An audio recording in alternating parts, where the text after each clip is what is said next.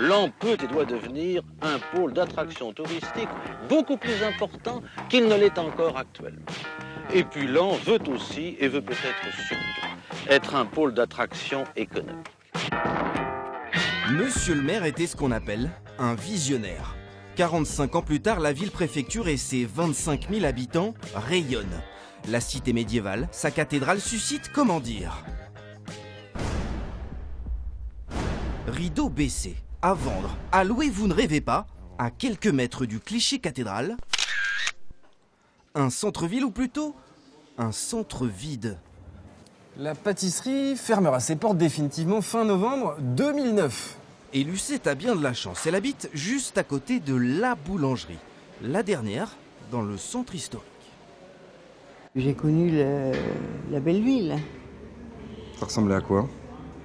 C'est-à-dire, c'était vivant, il y avait du monde, on avait des commerces, je vous dis, tout partout. Et là, vous avez plus rien? Plus grand-chose, à part un magasin d'antiquités.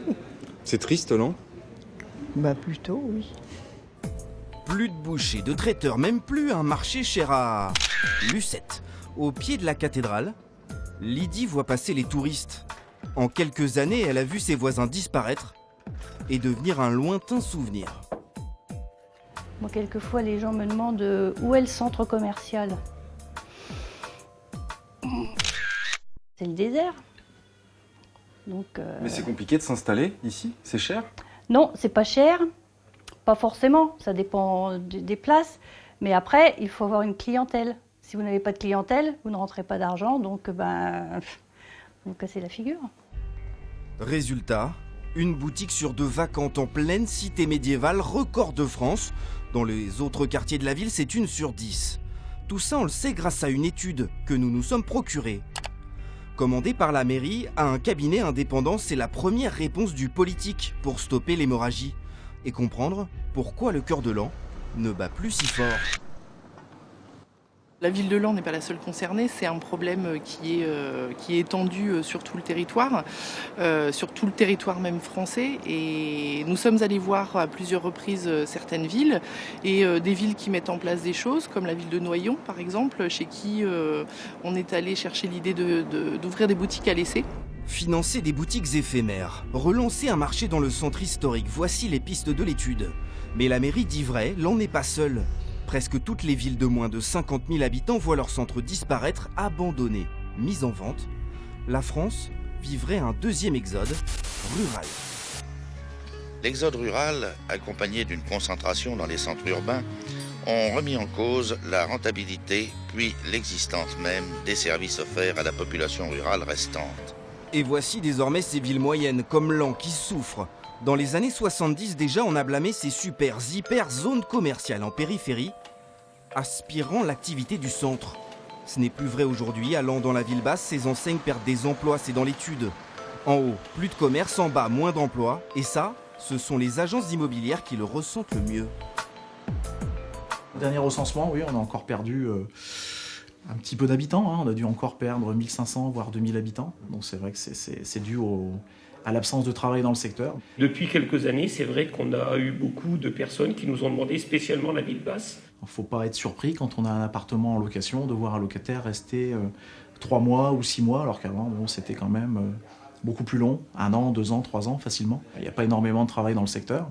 Et donc, les gens sont amenés à s'en aller assez vite, en fait. On a attendez, je ne dis pas de bêtises, un mandat à 140 000 € qui a été négocié 108. Il y a 2-3 jours. Moins d'habitants, c'est moins de revenus pour une dépense publique inchangée. C'est l'effet pervers de l'exode.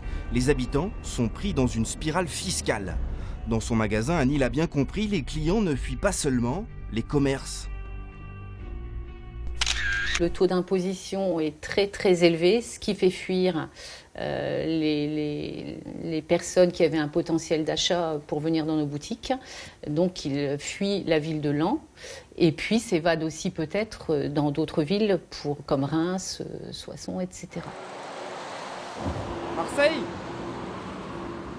Marseille? Reims? Moi, j'adore ma ville, je suis née à Laon, je suis amoureuse de ma ville et ça me fait mal au cœur de la voir décliner. C'est la tendance lourde en France. Les métropoles s'agrandissent au détriment des plus petites villes.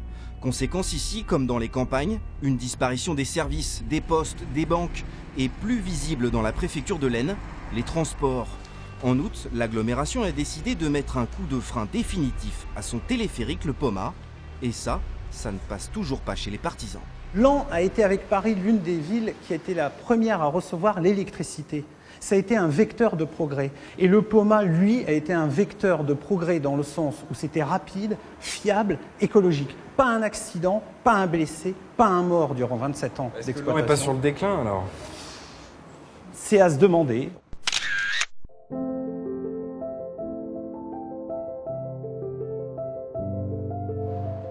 Face à ce mouvement de fond en France, les maires apparaissent démunis et se tournent d'abord vers la région, qui va ensuite se retourner vers l'État. Moi, je tanne régulièrement les représentants de l'État pour leur dire mais arrêtez de nous fermer les services publics juste d'un point de vue comptable. Il faut qu'il reste quand même du service public État près de chez vous. Je pense aux postes, par exemple. C'est des points importants. Il faut qu'on se complète les uns les autres. Donc je discute, moi, par exemple, aussi avec les grands réseaux bancaires qui offrent un service et qui permettent à une collectivité de vivre. Ne fermons pas des banques bêtement juste parce qu'on a besoin de faire du chiffre. L'idée, c'est d'arriver à avoir des maillages intelligents. Pour soutenir ces villes, ces campagnes à la traîne, la région va investir dans le numérique, notamment pour que ces boutiques du centre se fassent une vitrine en ligne. C'est le plan pour attirer de nouveau les habitants et les touristes. En attendant, en faisant une dernière recherche en ligne justement, on a fait une trouvaille. Comme les boutiques devant lesquelles il passe, le petit train touristique de Laon est à vendre.